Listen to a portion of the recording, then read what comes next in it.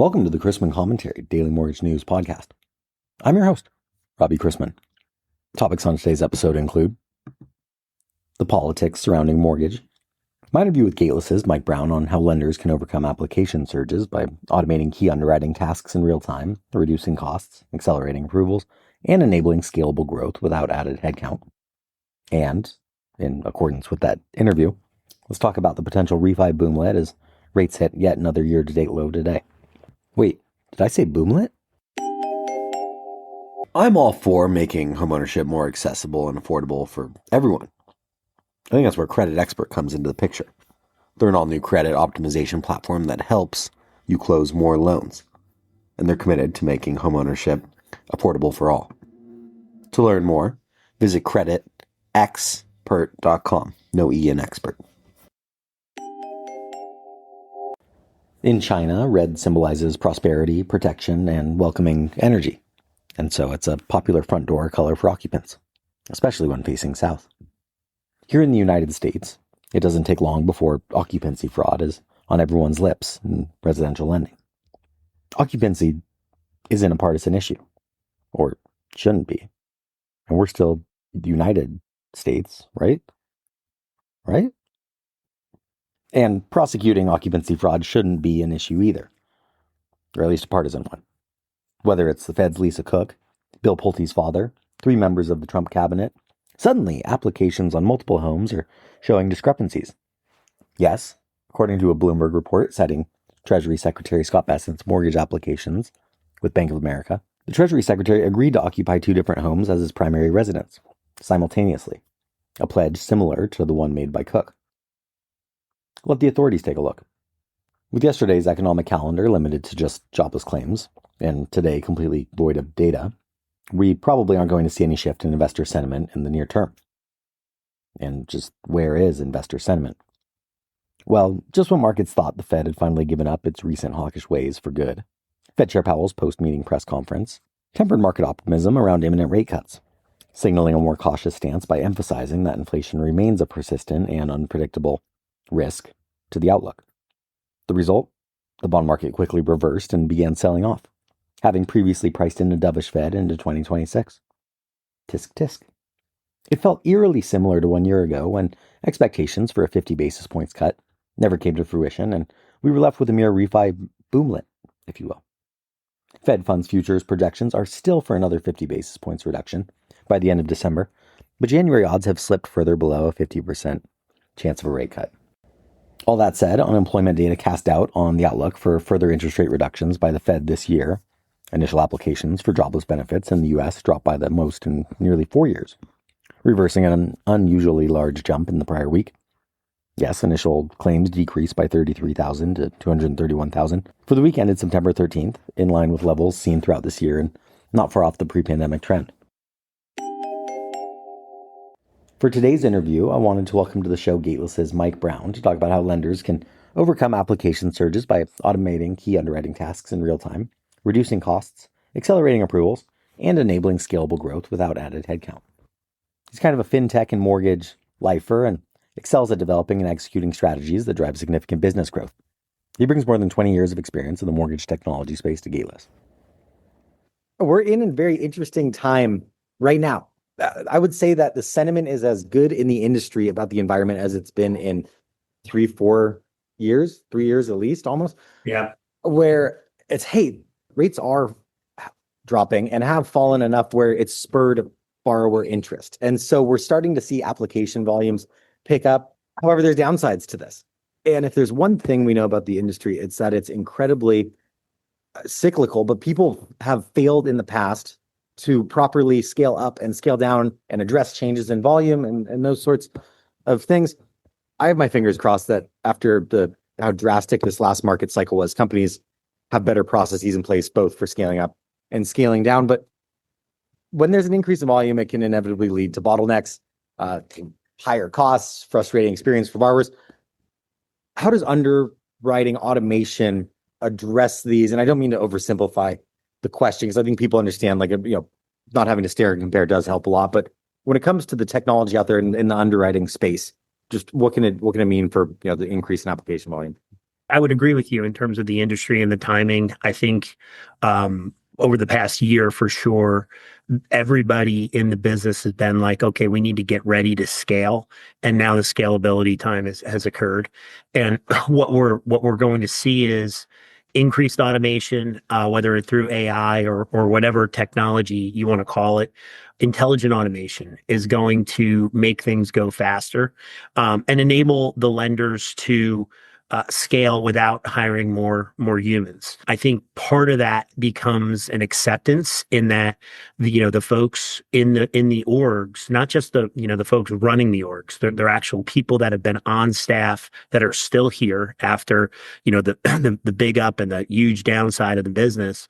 Those folks need to accept that automation is here to help them and not take their jobs. And then how it helps the borrowers really and the loan officers is really speed. I mean, when you think about the two massive leaders we have in the industry out of Michigan, they're looking to get a deal off the street as fast as possible, which enables a borrower to move as fast as possible and create new relationships and create certainty and security for those borrowers when they're bidding on a home or refining. Everybody has that opportunity now, right? So there's no, I don't have a big tech budget. There's multiple providers out there that can help. People know that underwriting has been automated to some degree, and it kind of started with document analysis. It's moved into clearing conditions.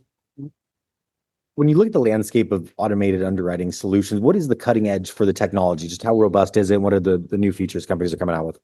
Well, candidly, it's true automation. And what I mean by that is don't press a button and go call an engine for a decision. Have the engine update the system in real time. Have the documents recognized, extracted, and delivered back in very rapid fashion in a few minutes versus hours. I think the integration layer and getting people to embrace the fact that there can be somebody outside of your LOS who's updating your LOS while you continue to work and process is really cutting edge. These pieces of technology, the digital mortgage that started back in, the to your point, what's new in the space? Nothing and everything, right? So like a digital mortgage, a front end. Wamanu had a front end for me in 1998 when I had my first mortgage, right? But it was on a laptop. And then that became, the blends and Roostifys and the teens. And now we have new different experiences, but taking those technologies and actually stitching them together so that you can take these approvals in real time and get them to your loan officer who can have a conversation with a borrower or get them to a borrower is really the cutting edge piece. It's the expediency of the decisioning, whether it's an approval or whether it's we need more information. That truly is cutting edge. It certainly helps the sales staff, but like you said at the start of that answer, there's still people that are concerned it's taking their jobs. Or what are you seeing people freed up to do, or underwriters freed up to do specifically that is making them more valuable? Almost leveling up into other things. What are some better spend time on more complex items, issues, and deals? The non-QMs, the DSCR loans, the bank statement income, the jumbos, et cetera. What technology does enables what people consider fast go really fast, and then gives the underwriter with this, the 30-year expertise in the space, the opportunity to go and truly focus on the really complex deals. It's not different than an express lane in a supermarket, right? Where we never had them, and now we have 3 different types of express lanes. We have serve yourself, right? So I think a lot about it, even though that seems very oversimplified, it's a very real analogy, and the evolution is very similar. I do want to ask you about modern borrowers and the experience they demand. And I would say, sure, there's all this talk of I want the Amazon experience. I might want to close a refi in a day. And we've seen the great strides in the HELOC space with that in terms of being able to close those things. But when it comes to a purchase, borrowers don't want to close that quickly. So I would assume where we are is we just can't have the borrower feeling like the mortgage company is holding them up. And borrowers separate underwriting from an appraisal and realize that one is the mortgage company's fault and something's an external thing, or is it all lumped? What is the experience that a borrower wants time frame wise and what they're willing to accept and not accept? What you want to know is, I'm approved. I don't want to be pre-approved to start, right? So I want to be approved for funds so I can compete with the a huge amount of business that's cash right now, right? So you have to know that you're going to get the funding. It can't be a pre-approval. It can't take weeks, days, however long it's going to take for you to get that certainty to be able to go and buy that property, right? So that's the first aspect of it. I would also submit, like I've heard, CEOs of mortgage companies say that in 5 years, no one's ever going to talk to another human when they do a mortgage. I completely disagree with that. Who's going to walk you through your home inspection? Who's going to call you when your house wasn't broom swept right the day before closing, right? Like there's nuances to that. There's contention that, the younger generation that does everything on their phones is always going to want digital experiences when, you find that, I want options. Like the three lanes, 3 different checkouts of the supermarket. I want to be able to choose. Exactly. That's exactly right. Yeah. Yeah. Yeah. Because I've seen some data that shows that the Gen Zs coming up, they watched their parents lose their houses in 2008, 2009. And so they don't want to not know who they're talking to. They're going to want some hand holding. They're going to want to know, I can talk to this person. And candidly, like that's the most important aspect whether you're a wholesale broker, a loan officer, whomever engaging and building a client base, you want to be the person they call when they need a new mortgage. Stepping back from the technology here to underwriting in the workflow and as we move into the future, thoughts on bringing it further forward in the process toward the point of search, or thoughts on where it can fit in and how you see it evolving now that we have so much more technological capabilities at our fingertips? Yeah, I mean, the point of sales play really big role. Like I say to, most, if not all of our clients and prospects, the more control that you have and the more cooperative your point of sale partner is, the better off you're going to be in the new world. Getting that approval, if I tell you I can increase your efficiency by 30 to 40 to 50%, that's a number you can hang on it, but you're never really going to know, depending on market factors, depending on different business things, are you really ever going to know for sure that you're going to hit that number? But if I tell you that 1 out of every 5 files can be approved in under 5 minutes, that becomes powerful. And for that to be powerful, you need to have some type of an interaction with your LOS and your point of sale, or at a minimum, have your loan officers really paying attention to the LOS when it comes back. So that way they're able to do that. And we see that today, right? Like what clients need to be able to do is stitch together the LOS experience with the underwriting experience with the point of sale and have that as streamlined and as fast as possible. So one more question for you, kind of outside of the underwriting realm, but now for tech in general. A lot of companies out there, all competing. We're in like a tech arms race right now. And I would argue most have pretty robust features for their clientele. How should a lender decide who they want to work with? What tech companies they want to work with? What are good assessments? Yeah, no, I would, it's funny. I had a client give me an assessment after they looked at us and a whole bunch of other providers in the space. They said everybody has Thanksgiving dinner, but certain people have turkey, mashed potatoes, and gravy, and other people have cranberries. There's this like Venn diagram happening today. What I would say, figure out what your most important issue is, or what you want to speed up or fix or change, and then look for providers who can offer that, and then ask to talk to their current clients. Referrals are everything. You're going to not want to know, are they great partners? How was it? What was the cost like? Contractual experience, right? But you're also going to want to know what type of workflows and how those clients have implemented the new technology into their space.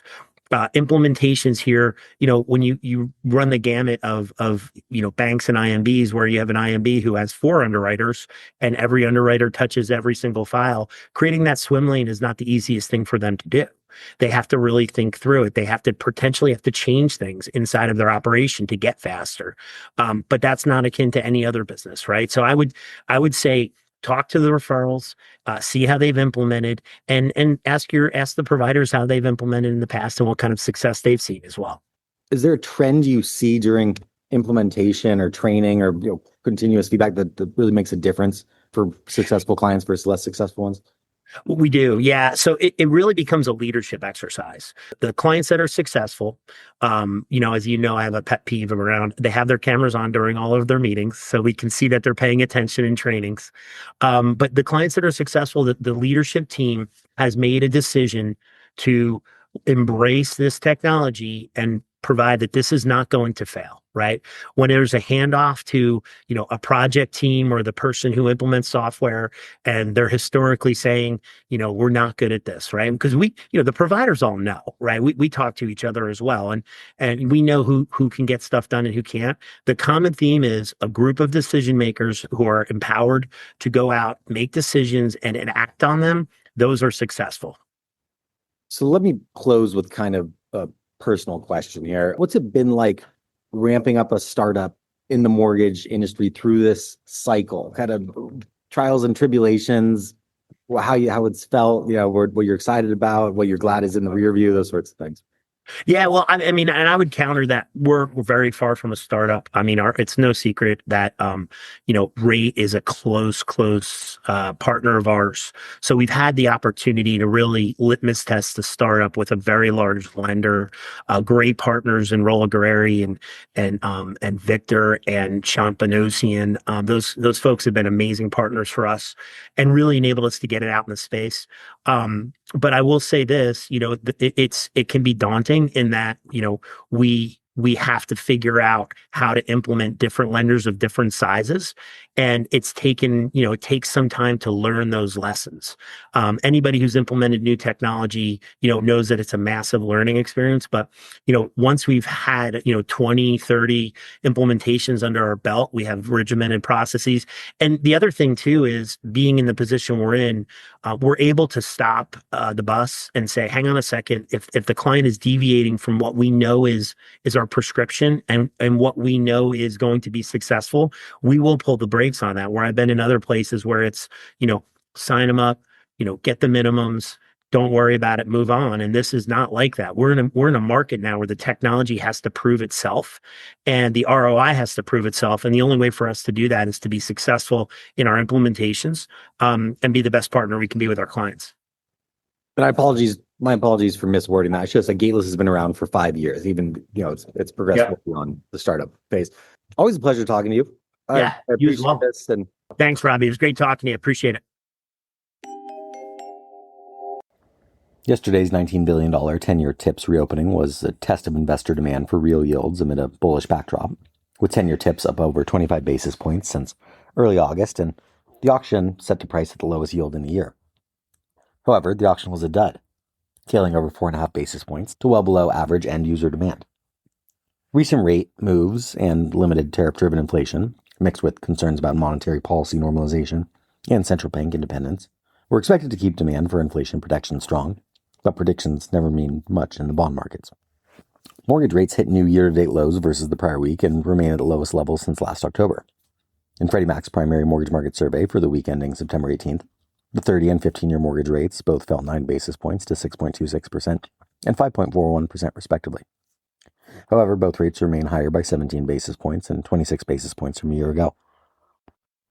San Francisco Fed President Daly is the lone event of interest today, though the Bank of Japan was out with its latest monetary policy decision overnight with no change in rates as expected. Without any economic data on today's schedule, we begin Friday with agency MBS prices yielding roughly unchanged from yesterday's close, and the 10-year yielding 4.09 after closing yesterday at 4.10%. Let's wrap up with a joke and some housekeeping. For today's Talk Like a Pirate Day, here's a salvo. What's a pirate's favorite letter of the alphabet? Well, if you're a rookie, that would be R. But if you're a pirate, that would be the C. Like Chrisman Commentary. Let's see here. A grammar Nazi pirate is sailing a ship, preparing to attack an enemy ship when one of his men comes up to him and hollers, "The cannons be ready, Captain." The captain looks at him and growls, "Arr! The cannons are ready."